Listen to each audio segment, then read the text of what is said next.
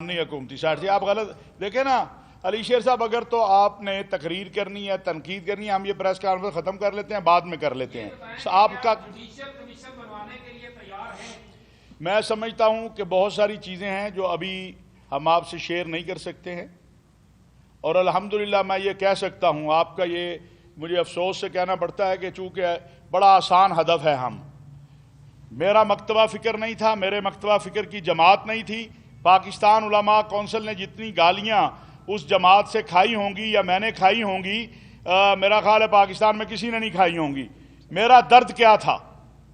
मेरा दर्द यह था कि मुझे नज़र आ रहा था कि जिस तरफ हालात जा रहे हैं, ये बेचारा कारकुन, आम कारकुन जो या रसूलुल्लाह का नारा लगा रहा है, जो लब्बैक या रसूलुल्लाह कह रहा है, जो ताजदार खत्म नबूवत जिंदाबाद कह रहा है, इसका नुकसान हो जाएगा। मैं आपको नहीं बता सकता किस हद तक मैं गया। क्या आपका ख्याल है कि एक बेगुनाह इंसान का खून बहता नजर आए जो जज्बाती कैफियत में मेरे जलसे या जुलूस में आया है, तो मैं उस पर सियासत करूंगा या मैं उसके ऊपर अपनी बिल्डिंग खड़ी करूंगा, अपनी इमारत की? अली शेर साहब, मैंने लोगों की दाढ़ी हाथ लगाया है, मैंने उनके घुटनों पे हाथ लगाया है, मैं ये चीजें देख रहा था।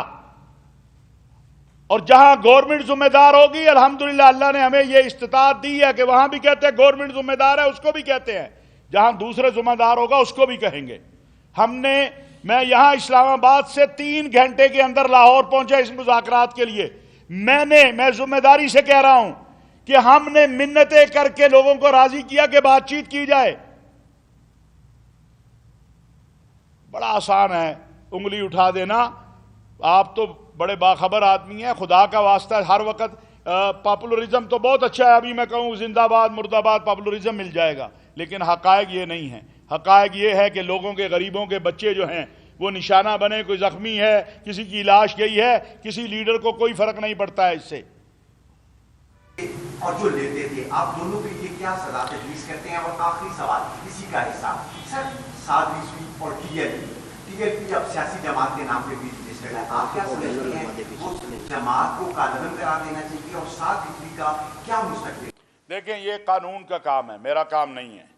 मैंने आपको बताया ना, हम कुछ चीज़ें हैं, मैं अभी आपसे बात नहीं, हम है मिन्नत समाजत पार्टी। हम कोशिश कर रहे हैं कि आज अल्हम्दुलिल्लाह मैं अल्लाह का शुक्र अदा करता हूँ, हमारी कोशिश के नतीजे में आज मसाजिद खुली, नमाज जुमा के इज्तिमात हुए, उन मस्जिदों में अजान हुई, उनमें नमाज हुई। ये मेरी कमाई है जो मैंने, जिसका अजर अपने अल्लाह से लेना है। मैंने ना टीएलपी से लेना है ना हुकूमत से लेना है। मैं अल्लाह का शुक्र अदा करता हूँ। और मैंने आज फिर आपके सामने कह रहा हूँ कि कोई मदरसा जो इंतहा पसंदी में या दहशतगर्दी में मुलव्वस नहीं है, इंशाअल्लाह बंद नहीं होगा, ना होने देंगे। मैं अहले सुन्नत वल जमात के तमाम अकाबरीन से भी अल्हम्दुलिल्लाह हम राब्ते में हैं। बाकी चीज़ें भी हैं। गवर्नमेंट का काम है, कानून के मुताबिक गवर्नमेंट जो है वो अपना काम करे जो उसने करना है। हमारा जो काम है हम अपना काम कर रहे हैं।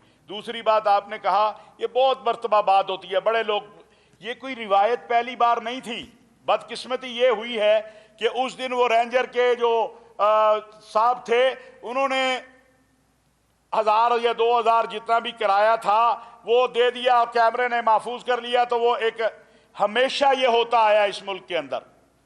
मैं 1984 से तलबा सियासत से आज यहाँ 2025 में आया हूँ कि जब कोई मुजाहरा होता है, जब कोई जुलूस होता है, तो उसमें एक तबका होता है जो आ जाता है, लाया तो जाता है, फिर उस बेचारे के पास घर जाने को पैसे नहीं होते।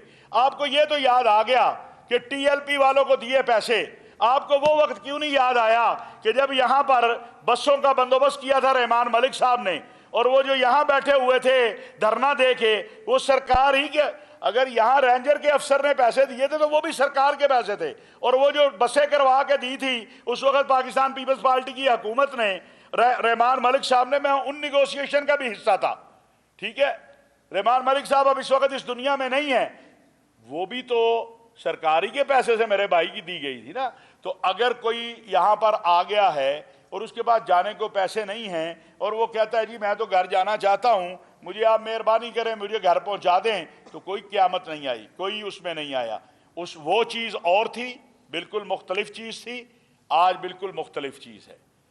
उस वक़्त भी गोली नहीं चलनी चाहिए थी, उस वक़्त भी लोगों को शहीद नहीं होना चाहिए था। 7 या 8 लाशें उस वक़्त उठाई गई थी, आज भी नहीं होना चाहिए और आइंदा भी नहीं होना चाहिए। हम एक तरफा बात नहीं कर रहे हैं, हम दोनों की बात कर रहे हैं। मैं रेंजर के जवान की भी बात कर रहा हूं, पुलिस वाले की भी बात कर रहा हूं और एक आम शहरी की भी बात कर रहा हूं। मैं समझता हूं कि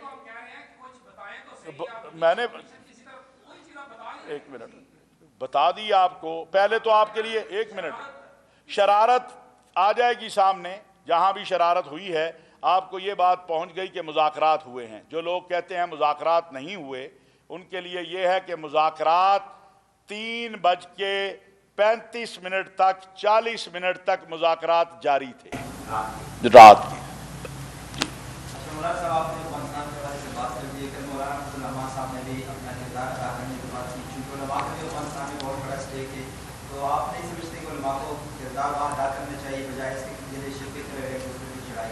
हमने तो चढ़ाई नहीं करे, उन्होंने करने की कोशिश की है भाई, हमने तो चढ़ाई नहीं की। हम अफगानिस्तान के उलमा से कहते हैं कि वो मेहरबानी करें, ये चढ़ाई करने वालों को समझाएं। ये नहीं हो सकता कि आप मारें भी मुझे और मुझे कहें कि जी मैं मेहरबानी करूं, हाथ जोड़ के खड़ा हो जाऊं, ये नहीं हो सकता है। हमने 40 साल इनकी खिदमत की है। मैं 13 साल की उम्र में जाके सोवियत यूनियन के खिलाफ जिहाद में शरीक हुआ हूं। ये कहते हैं हमने, तुमने क्या किया? तुम तो इस्लामाबाद के अंदर और पेशावर के अंदर थे। अफगान जिहाद या अरबों ने लड़ा या पाकिस्तानियों ने लड़ा सोवियत यूनियन के खिलाफ। ज़िया-उल हक शहीद को दुआएं दो। तुमने कौन सी अपनी आज़ादी की जंग लड़ी है? हमें मजबूर ना करें, आज वो है नहीं। काश आज मौलाना जलालुद्दीन हक्कानी होते, काश आज मौलाना यूनुस खालिस होते, काश आज मौलाना समीउल हक शहीद रहमतुल्लाह अलैह होते, तो फिर बहुत सारे चीज़ें जो है, बहुत सारे ये नौबत ही ना आती। मुझे आप बताइए, वो जलालुद्दीन हक्कानी और वो मौलाना यूनुस खालिस और मुल्ला उमर जो कश्मीर के मसले के ऊपर हमेशा पाकिस्तान से आगे खड़े होते थे, क्या जब मुत्तकी साहब वहां बैठ के, और मुत्तकी साहब किसकी दावत पर गए थे हिंदुस्तान, जरा आप लोग ये भी चेक कर लीजिए, क्या अफगानिस्तान के वजीर खारजा को उस दावत पे जाना चाहिए था? बहुत सी चीजें हैं, अभी हम हमारे भाई हैं, हम उन्हें कह रहे हैं, लेकिन ये नहीं हो सकता कि रोज आप मुझे मारें, रोज मेरी आप मस्जिदों को लहूलुहान करें, रोज आप मेरे मदरसों को, मेरी इमाम बारगाहों को, मेरे जवानों को शहीद करें और मैं कहूँ जी मैं आपसे भाई अल्हम्दुलिल्लाह। और मुझे तो हंसी आती है कि मुत्तकी साहब हमें धमकियां देने से पहले वो जिसके साथ बैठे थे उसे तो पूछ लेते, भाई मई में तेरे साथ क्या सलूक हुआ है, यानी कम से कम उससे तो पूछ लेते। शाह से ज्यादा शाह के वफादार तो ना बनते। तो इसलिए बिल्कुल मौलाना फजलुर रहमान साहब ने जो कहा, हम मौलाना अगर कोई किरदार अदा करते हैं, हम मौलाना का बिल्कुल, लेकिन किरदार तब अदा होगा जब जारे अपनी जारहियत को तस्लीम करे, जब जालिम अपने जुल्म को तस्लीम करे। ये तो नहीं हो सकता है कि हम कहें जी आप रोज हमारे मुल्क के अंदर खुदकश करवाएं, आप रोज हमारे मुल्क के अंदर धमाके करवाएं, रोज हमारी बॉर्डर की जो है वो आप तौहीन करें, और भाई हम, मेरा ख्याल है इसकी तवक्को पाकिस्तान से नहीं रखनी चाहिए। जज़ाकल्लाह खैर, बहुत शुक्रिया।